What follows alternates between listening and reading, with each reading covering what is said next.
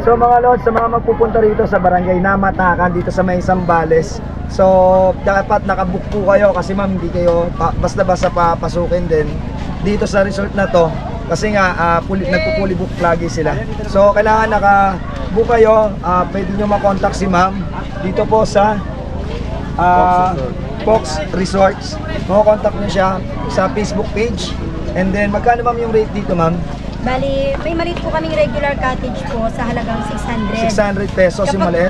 Kapag kayo po ay magpapareserve through pages namin, add 100 pesos po para po sa inyong reservation area. Also kailangan nila magpadala sa inyo ng reservation Opo, area. through GCash 100 pesos para sa reservation fee. Yes, sir. And then ma'am, ano yung next nyo ma'am sa cottage? May 1,100 din po kami para po sa hanggang 18 packs po tayo. 18 packs na yon. Yes, So sir. ibig sabihin ma'am yung small na cottage natin is up to 7 person na yon. 10 person po. 10 person na yon. Yes, po. So kung hihigit to, kailangan nila kumuha ng tag 1,100.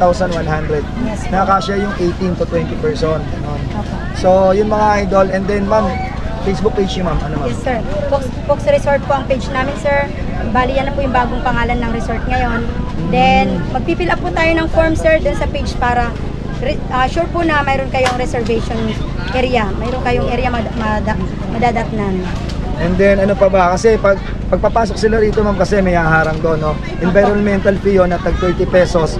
And then doon pa lang hahanapin na kung nakabook kayo dito. Yes. So pag nakabook kayo rito, wala na kayong problema, makakapasok na kayo, makakarating na kayo dito. Opo. And then yun lang mga idol, follow nyo na lang si ma'am. And then ma'am, sa mga magpupunta rito, dito po is no entrance fee, tama ma'am? And then ang tanging babayaran lang is yung cottage ma'am, no? So yun lang mga idol, so punta lang kayo rito.